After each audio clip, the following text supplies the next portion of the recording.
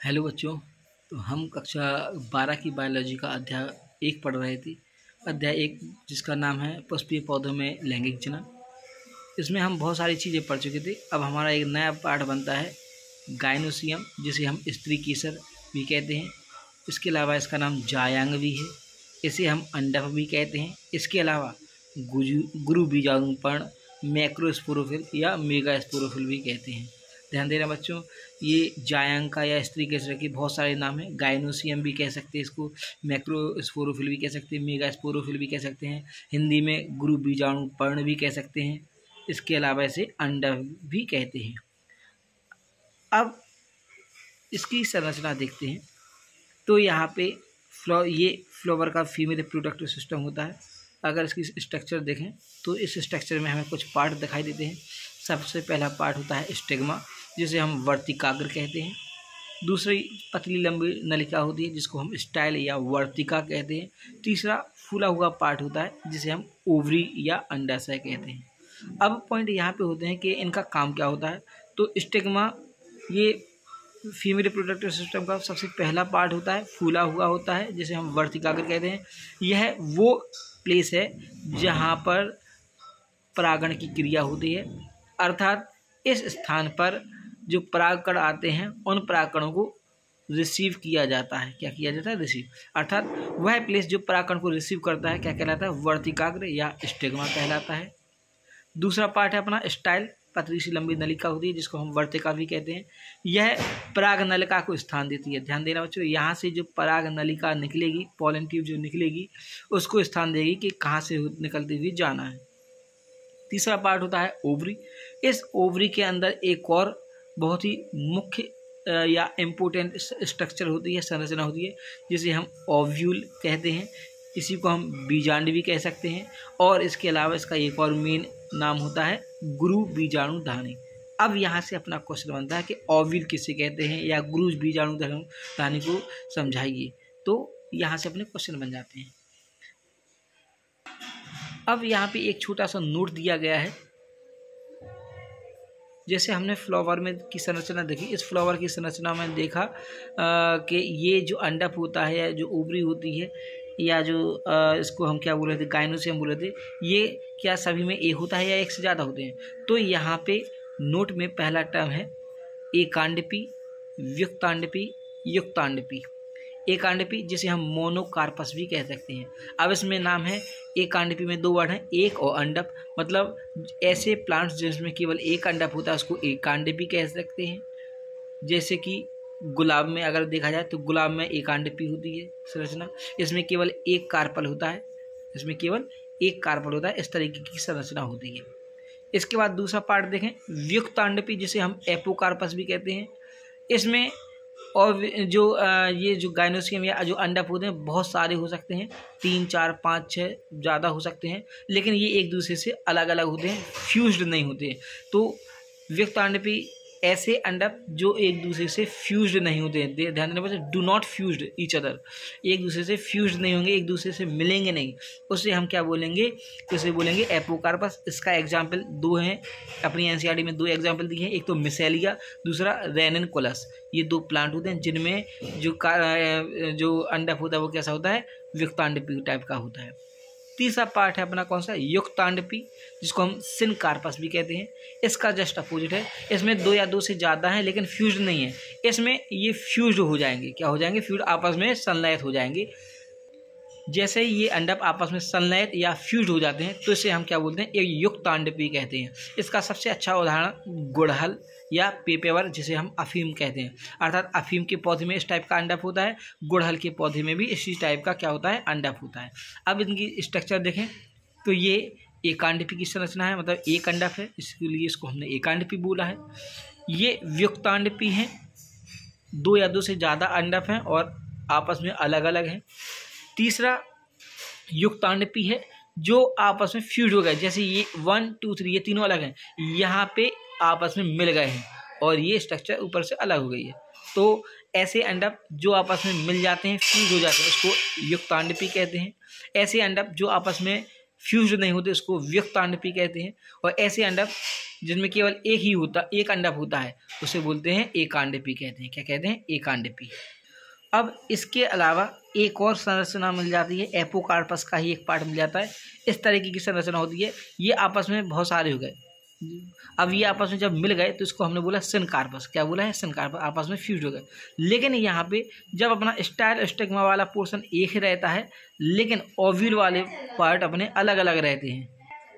ठीक है, तो इस संरचना को हम क्या बोल सकते हैं? एपोकार्पस बोल सकते हैं। क्या बोल सकते हैं? एपोकार्पस। अब आगे की संरचना देखें अपन लोग। हेलो बच्चों, ये गायनोसियम का बहुत ही इम्पोर्टेंट पार्ट होता है। जैसा कि हमने इस डायग्राम में देखा था, पहले स्टिग्मा थी जिसको हम वर्तिकाग्र कह रहे थे, इसके बाद स्टाइल जिसको हमने वर्तिका बोला, फिर अपना ओवरी वाला पार्ट आया। ओवरी के अंदर एक बहुत ही इम्पोर्टेंट संरचना थी जिसको हमने ओव्यूल या बीजांड या गुरु बीजाणुधानी बोला है।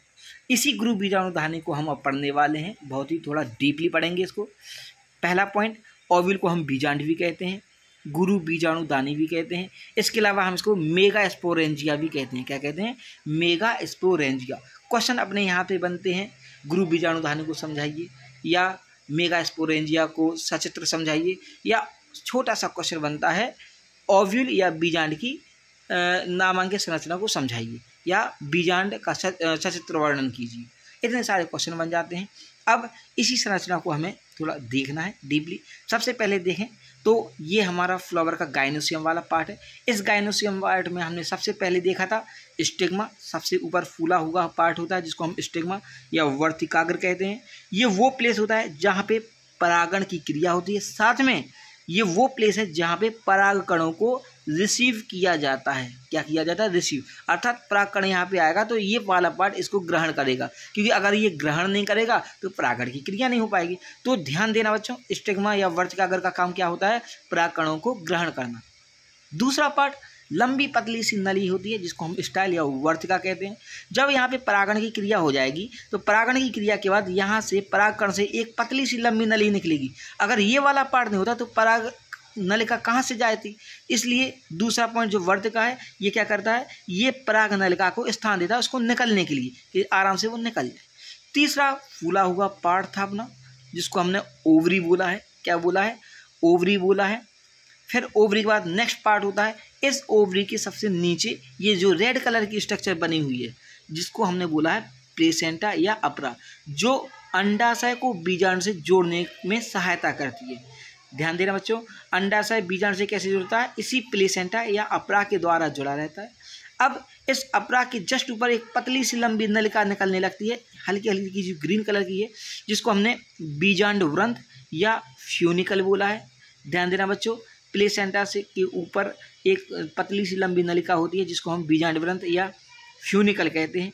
इस फ्यूनिकल के थोड़ा और ऊपर एक स्ट्रक्चर होती है जिसको हम हाइलम या नाभिका कहते हैं। क्या कहते हैं? हाइलम या नाभिका कहते हैं। फिर इसके बाद और ऊपर वाला पार्ट होता है पूरा पीला भाग, जो हमने बताया, ये पूरा का पूरा जो पीला भाग है उसे हम बीजांड का शरीर कहते हैं। क्या कहते हैं? बीजांड का शरीर। अब इस बीजांड के शरीर वाले भाग के बाद देखें तो यहाँ पे एक दो संरचना होती हैं, एक ये वाली संरचना, एक ये वाली। इन दोनों संरचनाओं को मिला दें तो इन संरचनाओं को हम अध्यावरण या इंटीग्यूमेंट कहते हैं। क्या कहते हैं? अध्यावरण और इंटीग्यूमेंट।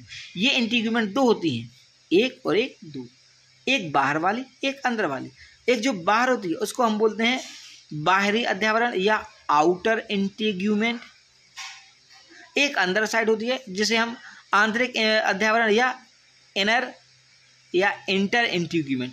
ओवरऑल हमने देखा दो टाइप के इंटीग्यूमेंट थी, एक तो आउटर इंटीग्यूमेंट, एक इनर इंटीग्यूमेंट। ये बाहर वाली संरचना और ये अंतर वाली संरचना। इसके बाद हम देखें तो अध्यावरण के बाद अंदर बहुत सारी कोशिकाओं का समूह होता है, बहुत सारी कोशिकाओं का समूह होता है। इन कोशिकाओं के समूह को वाली संरचना को, इस पूरी संरचना को हम क्या कहते हैं? बीजांडकाय या न्यूसेलस कहते हैं। क्या कहते हैं? बीजांडकाय या न्यूसेलस कहते हैं। ध्यान देना बच्चों, ये दोनों संरचना, एक तो बीजांडकाय और दूसरा अपना क्या था? अध्यावरण वाला पार्ट। इसके बाद हम अगली संरचना देखें तो इसी बीजांडकाय के जस्ट ऊपर ये जो संरचना होती है इसे हम निभाग या चैलेजा कहते हैं। क्या कहेंगे? निभाग या चैलेजा कहेंगे। अब हम फिर से बीजांडकाय की संरचना पे आए तो इस न्यूसेलस में बहुत सारी कोशिकाएं होती हैं। इन कोशिकाओं में से एक कोशिका अचानक से बड़ी हो जाती है। क्या हो जाती है? देखिए बच्चों, ये छोटी छोटी कोशिकाएं बनी हैं। इन छोटी छोटी में एक मैंने बड़ी कोशिका बनाई है। ये जो न्यूसेलस के अंदर एक कोशिका बड़ी हो जाती है, इसी बड़ी कोशिका को हम क्या कहते हैं? गुरु बीजाणु मात्र कोशिका या मेगा स्पोर मदर सेल, जो कैसी होती है? डिप्लॉयड होती है। क्या होती है? डिप्लॉयड होती है। ध्यान देना बच्चों, इसी बीजांडकाय या न्यूसेलस के अंदर जो एक कोशिका बड़ी हो जाती है उसे हम गुरु बीजाणु मात्र कोशिका या मेगा स्पोर मदर सेल कहते हैं। क्या कहते हैं? Mega spore mother cell. अब आगे जाके इसमें क्या होगा? अर्धसूत्री विभाजन होगा, और अर्धसूत्री विभाजन के बाद हमें पता है जब अर्धसूत्री विभाजन होता है तो एक कोशिका से 4 पुत्री कोशिकाएं बनती हैं और गुणसूत्रों की संख्या आधी हो जाती है। नाम ही उसका है अर्धसूत्री विभाजन। अर्ध माने आधा, सूत्र माने गुणसूत्र, मतलब जब जनक कोशिका से गुणसूत्र कैसे हो जाए? आधे हो जाए, और साथ में कोशिका कितनी बन जाए? 4 पुत्री कोशिकाएं बन जाए। ऐसे हम अर्धसूत्री विभाजन कहते हैं। अब ये कोशिका आगे जाके जब बड़ी होगी तो इस तरीके की संरचना बनाएगी। इसी संरचना को हम आगे जाके एंडोस्पोर या भ्रूण कोश कहेंगे। क्या बोलेंगे? एंडोस्पोर या भ्रूण कोश। भ्रूण कोश में 2 पार्ट, भ्रूण और कोश। भ्रूण हमें पता है एम्ब्रियो जिसको बोलते हैं, और कोश मतलब जहाँ पे रहता है। तो ये ओवरऑल एंडोस्पर्म क्या है? भ्रूण कोश है, जो कहाँ पे रहता है? इसी के अंदर, ओवरी के अंदर प्रेजेंट होता है, न्यूसेलस वाले पार्ट में होता है। इसे कब बोलेंगे? जब ये कोशिका बड़ी हो जाएगी। क्या हो जाएगी? बड़ी हो जाएगी। अब आगे की संरचना देखें तो आगे की संरचना इस प्रकार से है। ये अपन ने बनाया पूरा डायग्राम। इस डायग्राम में सबसे पहले हमने देखा था न्यूसेलस के अंदर एक कोशिका बड़ी हो गई थी। कैसी हो गई थी? बड़ी कोशिका हो गई थी, जिसको हमने बोला क्रियाशील गुरु बीजाणु कोशिका बोला। क्या बोला? क्रियाशील गुरु बीजाणु कोशिका या फंक्शनल मेगा स्पोर सेल। क्या बोला है? Functional mega spore cell. अब इस कोशिका के अंदर क्या होगा? कोशिका विभाजन होगा। हमें पता है जब भी कोशिका विभाजन होता है तो कोशिका विभाजन 2 पार्ट में होता है। सबसे पहले कैरियोकाइनेसिस होता है, जिसे हम केंद्रक विभाजन कहते हैं। दूसरा साइटोकाइनेसिस होता है, जिसे हम कोशिका द्रव्य विभाजन कहते हैं। तो सबसे पहले क्या होगा? इस क्रियाशील गुरु बीजाणु के अंदर होगा सेल डिवीजन। कौन सा? कैरियोकाइनेसिस होगा। और हमें पता है जब भी कैरियोकाइनेसिस होगा तो कैरियोकाइनेसिस को हम केंद्रक विभाजन कहते हैं। केंद्रक विभाजन मतलब केंद्रक का विभाजन होगा, मतलब एक केंद्रक से कितने केंद्रक बन जाएंगे? 2। तो अब ये कोशिका के अंदर कितने केंद्रक बन गए? 2। क्यों? क्योंकि यहाँ पे कैरियोकाइनेसिस हो गया है। क्या हो गया? कैरियोकाइनेसिस। अब इसके बाद जब कैरियोकाइनेसिस पूरा हो जाता है, इसके बाद होता है साइटोकाइनेसिस। क्या होता है? साइटोकाइनेसिस। जैसे ही साइटोकाइनेसिस होगा तो यहाँ पे जो सेल मेम्ब्रेन है ये भी 2 अलग अलग पार्ट में बन जाएगी, और एक कोशिका से 2 कोशिकाएं बन जाएंगी। कितनी कोशिकाएं? 2 कोशिका। कब? जब कैरियोकाइनेसिस के बाद साइटोकाइनेसिस हो जाए। मान लो अगर साइटोकाइनेसिस नहीं होता है, अगर साइटोकाइनेसिस नहीं हो तो ये कंडीशन तो होनी ही नहीं है। अब ये कंडीशन नहीं होगी तो क्या होगा? अब यहाँ पे एक नया वर्ड या नई कंडीशन आती है, वो हम देखते हैं। तो आइए देखें, ये हमारा क्रियाशील गुरु बीजाणु था। क्या था? क्रियाशील गुरु बीजाणु था। क्रियाशील गुरु बीजाणु, जिसको हमने फंक्शनल मेगा स्पोर भी बोला है। ये केंद्रक था, ये जो सेल थी। इस सेल में कोशिका विभाजन हुआ। कोशिका विभाजन में सबसे पहले क्या हुआ? केंद्रक विभाजन। कौन सा? केंद्रक विभाजन, जिसको हमने कैरियोकाइनेसिस बोला। तो एक कोशिका के अंदर 2 केंद्रक बन गए। अब इसके बाद क्या होना था? साइटोकाइनेसिस होना था, लेकिन साइटोकाइनेसिस नहीं हुआ तो यहाँ पे फिर से क्या हो गया? कैरियोकाइनेसिस हो गया। क्या हो गया? कैरियोकाइनेसिस। जैसे ही कैरियोकाइनेसिस हुआ तो इन 2 केंद्रक से 2 केंद्रक और बन गए, अर्थात यहाँ पे कितने? 1 2 3 4, यहाँ पे टोटल 4 केंद्रक बन गए। क्या बन गए? 4 केंद्रक। फिर आगे जाके फिर से यहाँ पे कैरियोकाइनेसिस हो गया। क्या हो गया? कैरियोकाइनेसिस हो गया। कैरियोकाइनेसिस मतलब फिर से केंद्रक का विभाजन होगा। अब यहाँ पे इन 2 से कितने बन जाएंगे? 2 और बन जाएंगे। इन 2 से 2 और बन जाएंगे। टोटल मतलब कितने? 1 2 3 4 5 6 7 8, टोटल यहाँ पे 8 केंद्रक बन गए। कितने बन गए? 8 केंद्रक बन गए। अब ये जो 8 केंद्रक बने हैं तो इसकी संरचना अब बन जाएगी ऐसी। अब ये जो 8 केंद्रक है, इन 8 केंद्रक में ये केंद्रक बीच में आ जाएगा, यहाँ से ये केंद्रक बीच में आ जाएगा, बाकी ये 3 केंद्रक ऊपर चले जाएंगे, बाकी ये 3 केंद्रक नीचे आ जाएंगे, और संरचना अपनी इस प्रकार से बन जाएगी। 3 केंद्रक ऊपर आ गए, 3 केंद्रक नीचे आ गए, और 2 केंद्रक बीच में आ गए। अब इनमें होगा क्या? सेल वॉल का फॉर्मेशन। और हमें पता है जब जैसे ही केंद्रक के ऊपर सेल वॉल का फॉर्मेशन हो जाए तो वो एक कोशिका बन जाती है। अब ऊपर वाली जो 3 कोशिकाएं हैं, इन तीनों कोशिकाओं को मिला के हम बोलते हैं प्रतिमुखी कोशिका या एंटीपोडल सेल। क्या बोलेंगे? प्रतिमुखी कोशिका या एंटीपोडल सेल। अब इसके बाद जो बीच में ये दो कोशिकाएं हैं, बीच में ये दो कोशिकाएं, इनको बोलेंगे हम केंद्रीय कोशिका। क्या बोलेंगे? केंद्रीय कोशिका बोलेंगे, या ऐसे हम पोलर न्यूक्लियाई भी बोल सकते हैं। क्या बोल सकते हैं? पोलर न्यूक्लियाई, जिसमें दो केंद्रक होते हैं या दो ध्रुवीय केंद्रक होते हैं। इसके बाद नीचे देखें तो नीचे वाले पार्ट पे भी 3 कोशिकाएं बन जाती हैं। इन तीनों कोशिकाओं को अगर हम मिला दें तो तीनों कोशिकाओं को मिला के हम एग एपरेटस या अंड संपुट कहते हैं। क्या कहते हैं? एग एपरेटस या अंड संपुट। और इन तीनों को अगर अलग अलग देखें तो ये जो बगल में 2 कोशिकाएं हैं, एक ये और एक ये, इन दोनों को मिला के बोलेंगे हम सिनर्जिड या सहायक कोशिका। क्या बोलेंगे? सिनर्जिड या सहायक कोशिका। ध्यान देना बच्चों, एक ये कोशिका और एक ये कोशिका, इन दोनों को बोलते हैं सहायक कोशिका या सिनर्जिड। और ये बीच में जो कोशिका है इसको बोलते हैं अंड कोशिका या मादा यवक या एग सेल। क्या बोलेंगे? Egg cell. इस प्रकार से बच्चों हमने देखा कि इसमें टोटल कितनी कोशिकाएं होंगी? टोटल 1 2 3 4 5 6 और 1 7, टोटल 7 कोशिकाएं होंगी। और केंद्र कितने हैं?